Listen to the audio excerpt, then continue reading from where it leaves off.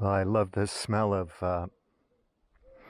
eucalyptus and damp trees.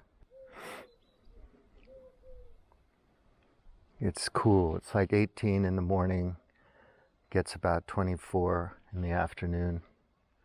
Pretty nice weather. The smell reminds me of the Presidio in San Francisco, the eucalyptus smell.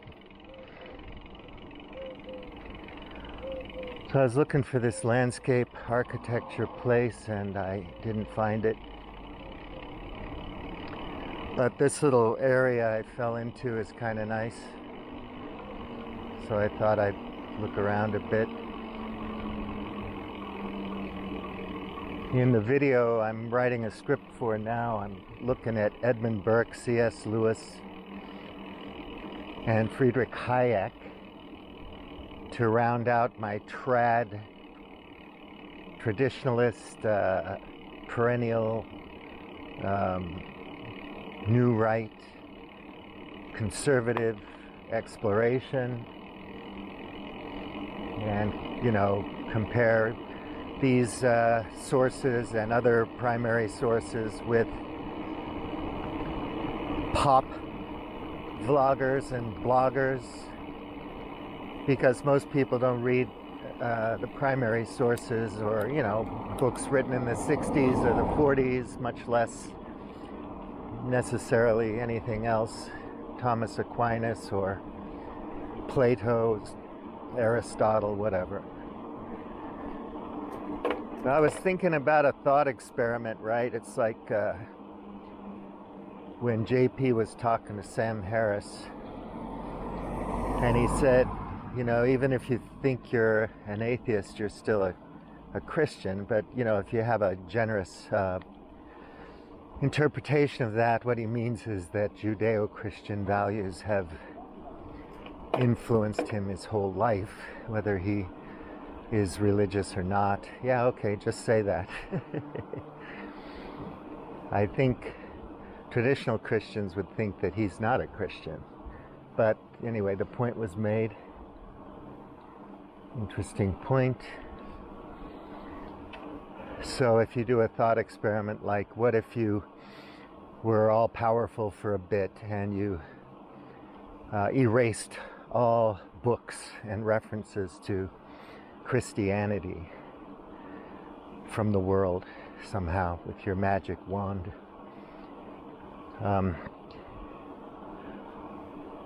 Would Christianity or something like it reboot itself? Because there are so many values that we think come from that, or universal golden rule-ish values, or would some other, thing happen? Or if you could go back in time and just end the whole Christian thing where it began. Of course, if you're a Christian, that can't happen because God made it all happen. So, but I'm not talking about that. It's just a thought experiment. Would something like what we have now have evolved over time? Probably. It'd be some other Messiah or something, but who knows, because it's quite a unique take on things. The Christian take, the Trinity, salvation, heaven and hell, all these things that eventually grew from that tradition. And then, something's going to happen like this anyway, because there is an inherent desire in human beings to understand the mystery, and we metaphysics and philosophy isn't going to go away. So when Hayek and C.S. Lewis are worried about scientism, they're not really talking about science and engineering in a pure sense of what science is or does and what engineering is or does.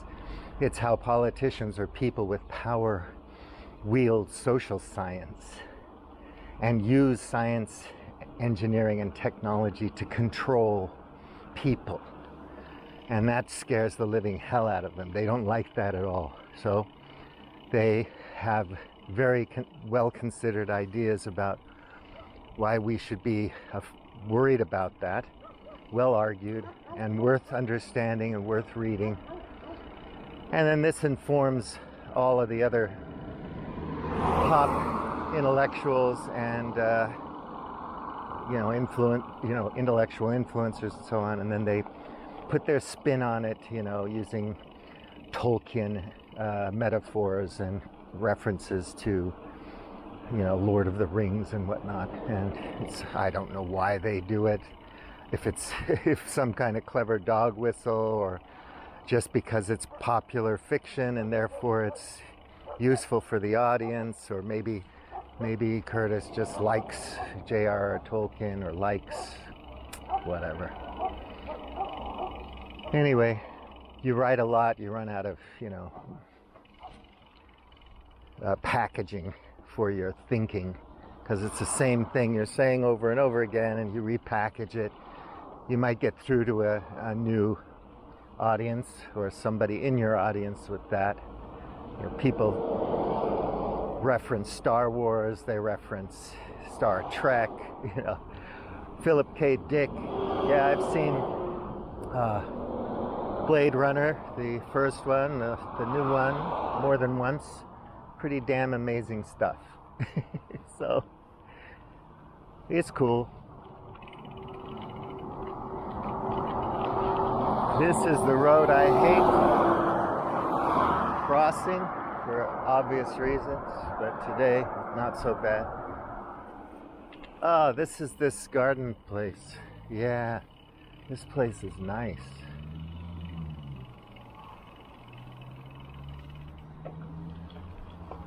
You can buy trees and stuff. Very good. Yeah, this place is good. Oh, some beautiful trees here for your landscaping. So, and Friedrich Hayek, and then people talk about, the Austrian school and whatnot. Individualism. When people are talking about individualism, are they being totally radically individualistic, whereas they pretend like there just isn't anything collective going on, or you don't need anybody else? Radical libertarianism. I think it's the way you choose to read what they're writing that matters. You can give a generous interpretation of it, because, come on, there is no absolute equality. Nobody can really say that, except if you're measuring the weight of a piece of lead or something, an isotope of whatever. You see, it's equal. But among people and in societies, there are these cycles, and they shift around all the time, and the cycles are fueled by people who want power. You go to your classroom, and Johnny's more assertive and charming, and he wants more control than Bobby, and Sarah's very shy and demure and wants to just stay in her own space, while Sally is outgoing and social, and different types of people. And a minority of elites are always controlling everything, whether it's in a monarchy or some form of democracy, which never really exists, or some form of communism, which never really exists in its pure idealistic philosophical form, socialism and so on. Whatever system you have, you're going to have elites, you're going to have people who try to grab as much power and wield as much power as they can. And it works in business, it works in Hollywood, whatever. People are competitive. That's why people talk about the need for competition, and other people talk about how terrible it is. And you can talk about systemic, you can talk about structural and all this, but it is informed by deep things within the human being, sentiments, and intuitions and so on. And these things are real and they've been around forever. All you have to do is read old books to know that. Look at history, and of course, don't worry about whether it's completely accurate or not. Any given history book that remains after hundreds or thousands of years. But just look at the common themes and the cycles. And you can see that. So my other thought experiment is go back to meet Socrates and Capella de Nazaré, and on your way back, take a computer with lots of good graphics and all the cool stuff, and take physics and everything. Just take a computer back there with all the math and the physics, and just tell Socrates about oil. Explain to him, sit down with him and say, look, this is pretty alchemical, magical stuff, and obviously we have to keep it secret for a while, because if it gets out, the whole world's going to go upside down. So we got to be very careful. It's magical, divine, amazing information. But let's go up by Delphi somewhere and find a little olive grove with a little shack, and I'll tell you all about it. You bring back enough batteries and stuff, and you have stuff printed out and laminated so the elements don't hurt it. And I think Socrates and a few of his friends, some mathematicians of the day, could eventually get together and figure out, whoa, this stuff is all real, this makes sense, we can make sense of this. And so suddenly you have, people going to America and Saudi Arabia to get oil and whatnot. And the whole thing, this is accelerationism, like Nick Land or something, but do it in the ancient times. You're out there and you're going, okay, man, let's do this thing. We have the power, all the power. And Sam Harris and other people talk about, I don't think I'll go up today, no view. There's the nice smelling eucalyptus. So, Sam's worried about, if you let this AI get out of hand and general and artificial intelligence, it's just going to accelerate so fast we won't be able to control it. And then a lot of other engineers and computer scientists, programs and stuff say, no, it's the way you construct this thing. But then who's constructing it? Who gets there first? Multipolar traps, all that kind of thing. So anyway, getting back to the ancient times. So anyway, they figure this out, and in 100 years or so, we're accelerating towards 2022, but it's like, BC. Christ hasn't even been created yet. And so that tradition's going to be wiped out for sure. There's not going to be any Islam or Christianity, because you're going to go blasting past them into some technocratic control, Xi Jinping world government type thing, because these guys are going to have all the power, and people back then weren't educated, so they could just lord it over them without people knowing shit about it for a long time. Then the cat would get out of the bag, more and more people would learn about it, there'd be struggles for power and all that. Probably way before the middle of the Middle Ages, human beings would be extinct. We'd be done. So you wouldn't have anything after that. Maybe funny looking animals that are really cool that evolve, because we're not here anymore. So if we go extinct before 2100 because of nukes or disease or climate change or whatever it is, a combination of all that and more, you know, then what do you have as traditionalists? Well, Putin would say, you know, we died, but we believed in Jesus in a certain way, and therefore we're in heaven, and the rest of the people are just dead. Sorry, China. Sorry, India. Sorry, Indonesia. Sorry, Africa. Parts of Africa. Sorry. All you secular Europeans and whatnot, you're just gone. A lot of people in America believe that too, so who cares, right? So, you know, if you look into the thinkers that inform, and you can go to Strauss and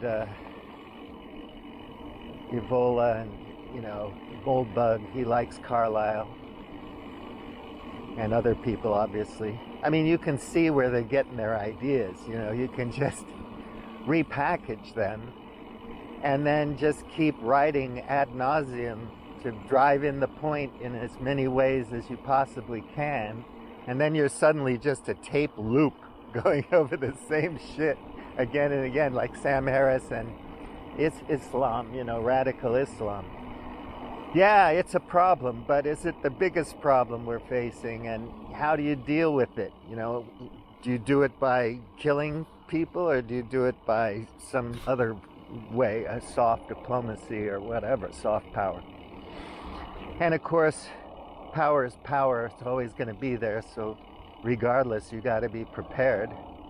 You have to be strong, and you have to have an open enough society where your most able and intelligent, creative people can get up into the elite, can acquire power so that they can do things that may, in many cases, be good for society. In some cases, maybe bad. And once in a while, very seldom, you do have a benevolent dictator that does amazing things. But that's the exception, not the rule. If it was the rule, we would be ruled right now by a dictator. It's been tried over and over again in every single civilized society on Earth, and it usually ends in tears, you know? And then you have a slightly nicer time for a while, and the cycle starts all over again. Which is why I think, you know, if you really want to get a handle on it, you read Ray Dalio and you read the Machiavellians, and you get a sense of it. And then you think to yourself, well, what the hell can I do? I'm not the guy with the power. I'm always wondering why these oligarchs and billionaires and whatnot don't want to invest in businesses that are going to solve the worst problems with climate change. Okay, carbon sequestration, carbon capture, carbon neutral housing, carbon neutral construction, alternative energy, on and on and on. Save the ocean, save the whales. Why the fuck not? And you know, they have so much capital that they could do that profitably. They're never going to not make money. They make money every nanosecond they're sleeping, they're making money. So whatever they invested in would a lot of it would probably be profitable, and some of it would be super profitable, and some of it would fail. But they're used to taking those kind of risks. So why the fuck don't they do that? It's the biggest mystery to me of all. I mean, I can understand why normal people get attached to, you know, Coptic Christianity or New Age thinking or, you know, flat Earth or whatever. People are just people. And they have proclivities and preferences and intuitions, and they go towards what they emotionally think makes sense to them. And very few people have the time or energy or desire to think things through in a deep manner. So I don't blame normal people, right? You go and vote, you think you did something. You really think that Clinton and Obama and Bush and everybody, Trump, were any different. They're all politicians. They get there through guile and lies and trickery and cutthroat competition and bullshit. You know, Carter is probably the only president in recent history that failed because he was too honest. The fucker was honest. So obviously he had to go, you know. Of course, some people might hate Carter for other reasons, which is fine. Go ahead, hate him for other reasons. Whatever, I don't care. Yeah, they're always going to disappoint you. Of course, if you really are excited to be in the club, you know, the live action role play or the virtual reality game or whatever, and you think that Trump really is going to raise Thal and find Atlantis and throw out all the immigrants and whatever, and you get excited, and then you can go online and play the game with everybody and storm the Capitol. People just do shit like that. Always. And if you want to understand mobs, then watch that thing on, I think it was Netflix or HBO, Woodstock 1999. You know, the Prince song, "We're going to party like it's 1999. Just go watch that. Because that'll show you how it goes. Starts out kind of nice. Things are looking good. Weren't really planned very well because it's a profits first thing. So they cut corners, the promoters, the producers. They get all riled up because they love the fucking rock and roll. They aren't the kids of the 60s, for fuck's sake. It's 1999. They get riled up with the hard rock, which is fun, but, you know, they get riled up. And they're treated like garbage, and they eventually, one little thing leads to another. You knew where it was going to go from the day one, and turns into a riot. And then people say, they were acting like animals, and that always pisses me off.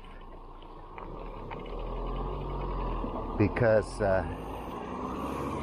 give animals a break, man. Animals behave like they evolved to behave.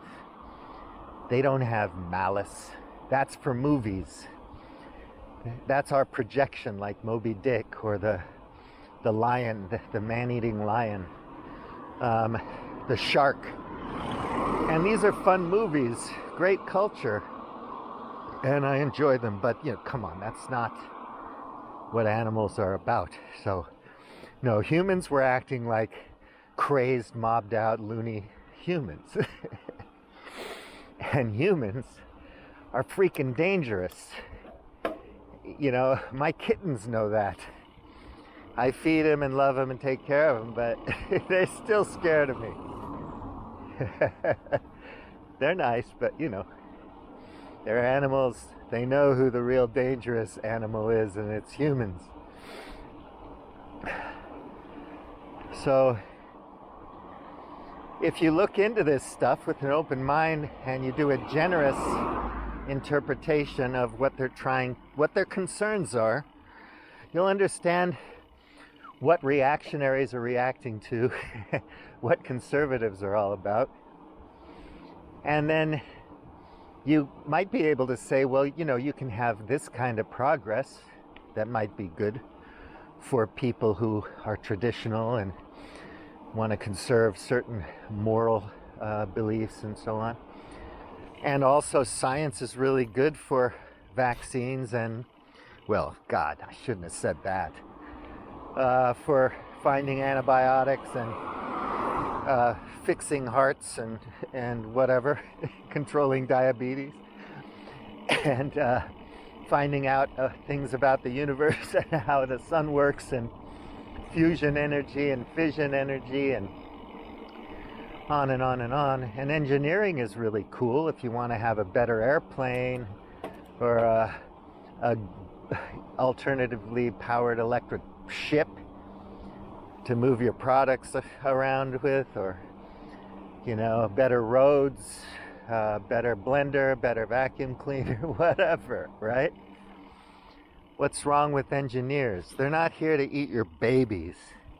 Scientists are not scientistic. They're scientists.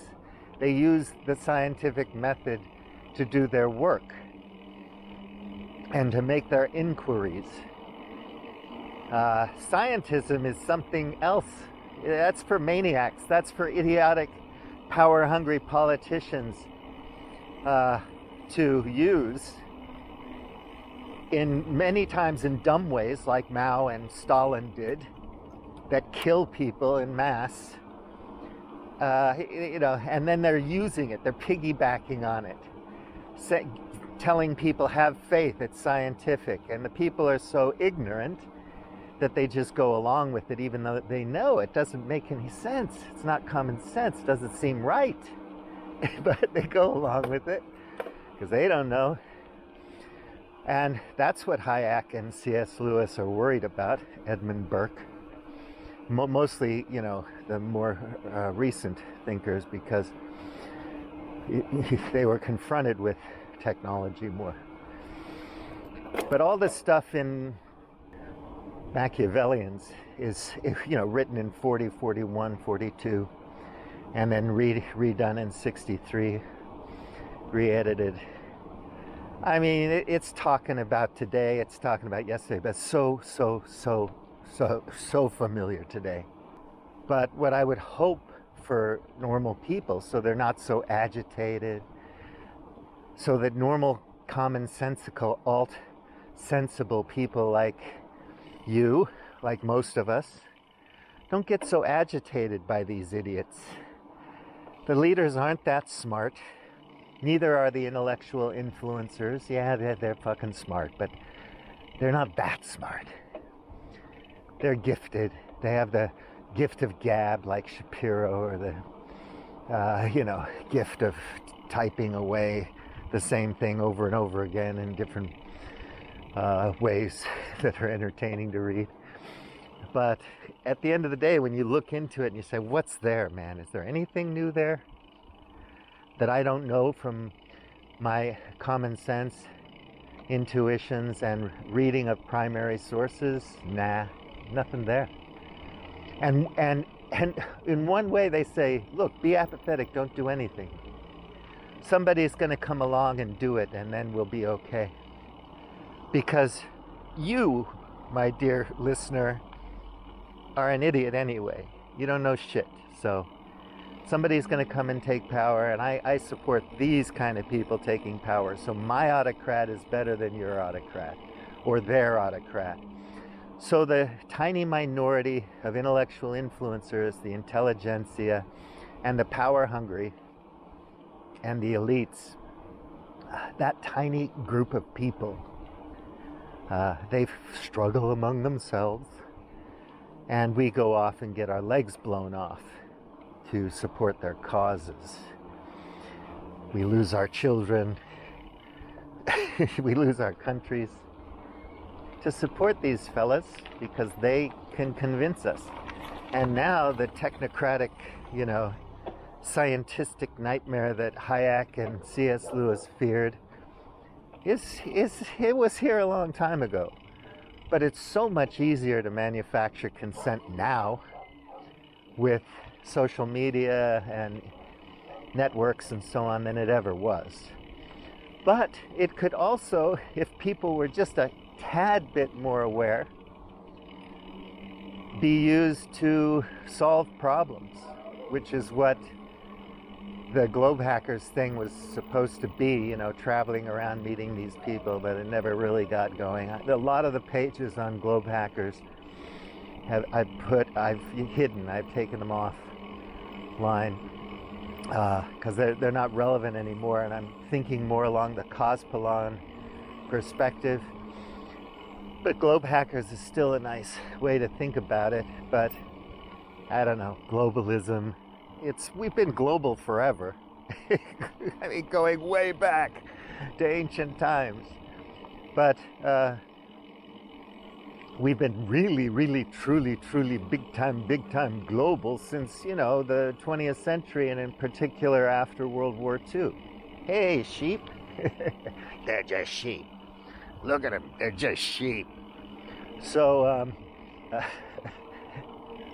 yeah, so we've been extremely global since then, obviously. And then, of course, you got your radio and your TV and your this and that, way beyond the printing press. And the Chinese had printing presses, but what did they do with it? It takes some kind of religious war to get people to get excited about, using a new technology. So there's a lot of motivation in these ideological, emotional states and dogmas.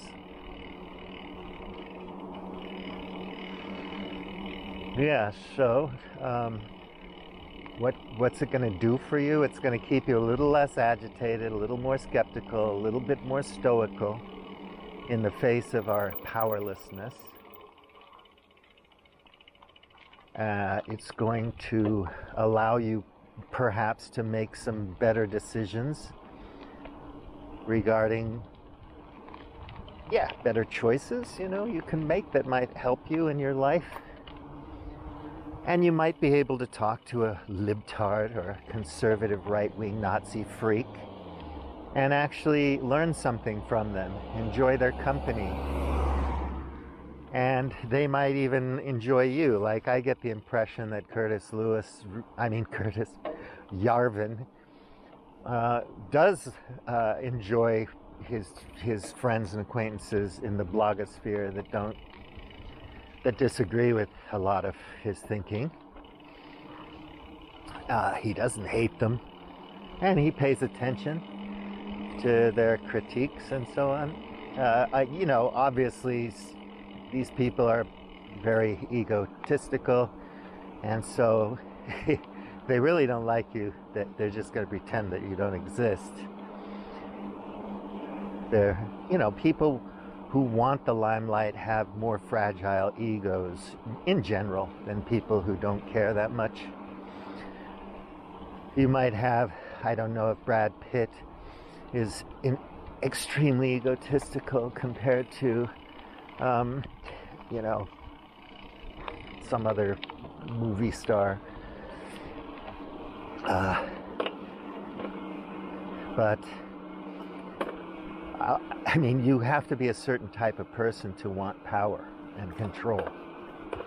It's a very complex dynamic, psychological dynamic. And that's why we think of our leaders as narcissistic, egotistical, liars, not to be trusted. But we still let them lead because they're the ones that are going to take power, be responsible for power, and so on. And we're not. We're simply not. Of course, all of us do something, in our family context, in our, in our villages, in our towns, in our cities, at work.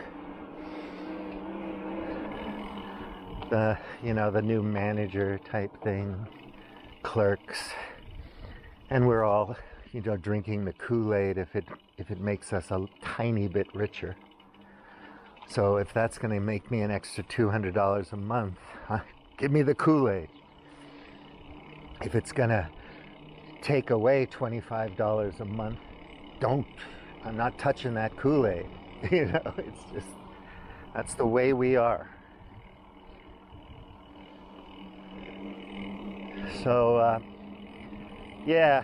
struggling with the script.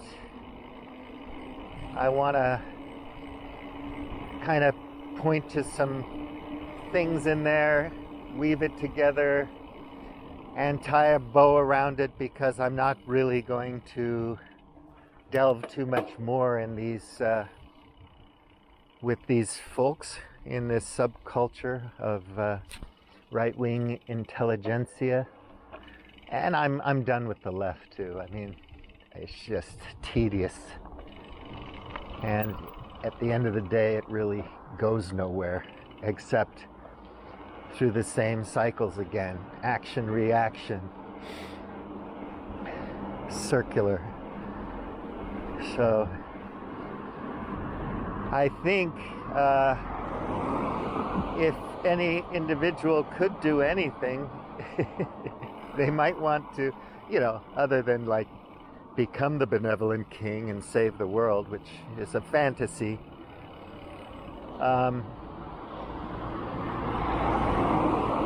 Maybe we could urge our oligarchs and our billionaires, because the politicians, they just snap to the money, right? You don't have any money. So even if they're going to bug you about your $15 contribution to the campaign or something, that's chump change. It can add up to a lot if you're a populist figure like Bernie Sanders or Donald Trump, because lots and lots of people put in their $15. That's times 50 million. Wow, that's a lot of money. If it ever happened like that. But anyway, it's chump change. The real generators of money is just corporate donations through various organizations and PACs and whatever. Different countries do it different ways. Some are more grotesquely corrupt than others.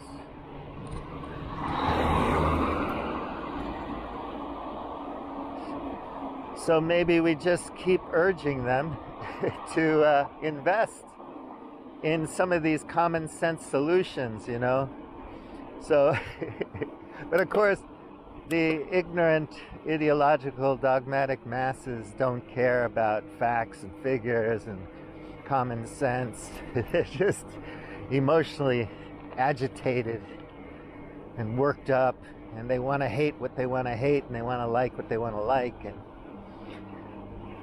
so it's hard to get a democratic consensus on like how to fix something. So you're really going to have the players do it.